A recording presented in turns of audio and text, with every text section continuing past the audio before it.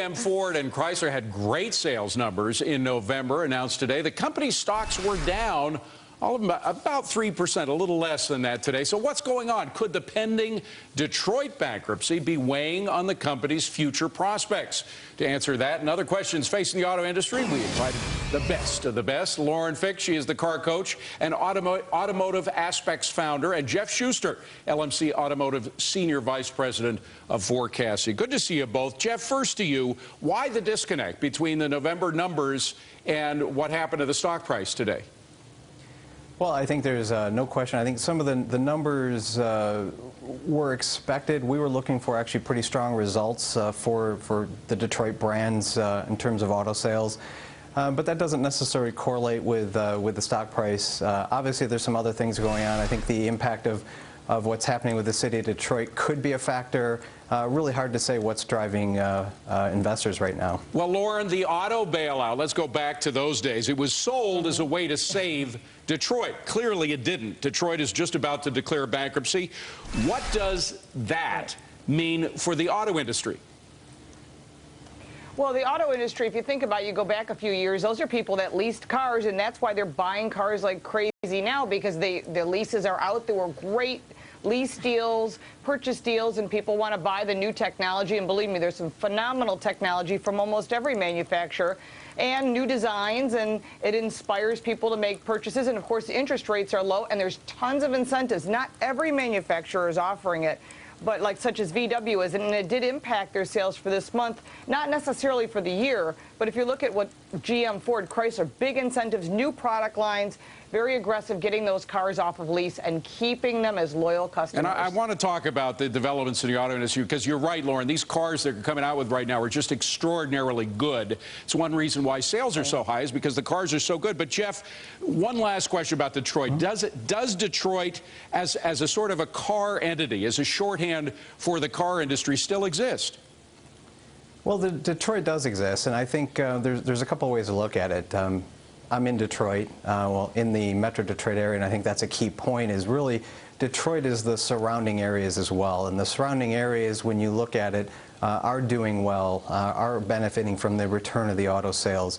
The city has some work to do. There's no question about that. We're seeing the results of that right now with what's going on in the bankruptcy court.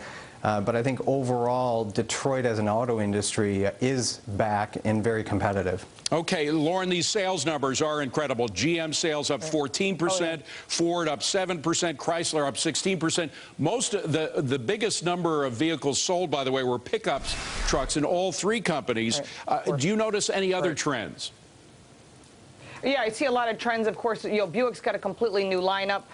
Ford, of course, has revamped their whole line, and I have to give Chrysler a lot of props. Look what they did with the new Cherokee, the Grand Cherokee. They've got the Dodge Ram truck with the diesel and a half-ton platform.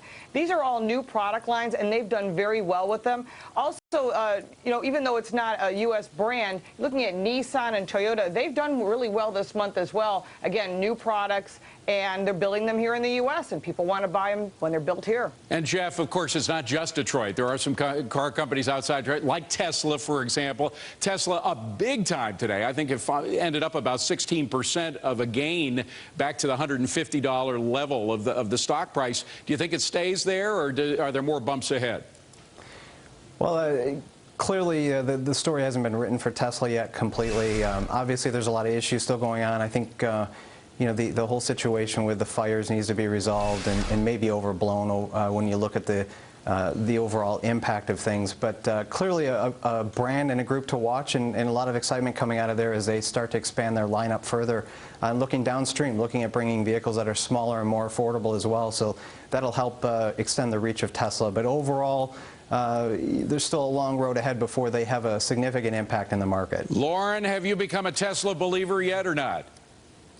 No, I'm telling you, when you see what BMW has come up with their i3 and their i8 product line, and Ford has electric, GM's got electric, everyone's got electric cars now. They're no longer the only game in town, and there's some quality, high-performance vehicles out there that are electric. I think they've got a lot of competition. They still have the hurdle to clear an infrastructure. I don't have an electric car, Lauren, but I want to push back a little bit. None of those electric cars have the kind of luxury that a Tesla does. I mean, Fisker did, but I'm talking about ones in the running. Right. Well, you got BMW. You have to admit that BMW's got that. You got Audi's got the e-tron, which I drove, and I have to say, impressive product. The Germans really know how to come on strong. Yeah, they do. They do. And they know quality as well. Lauren Fix, Jeff Schuster, great stuff, guys. Thank you very much. Appreciate it.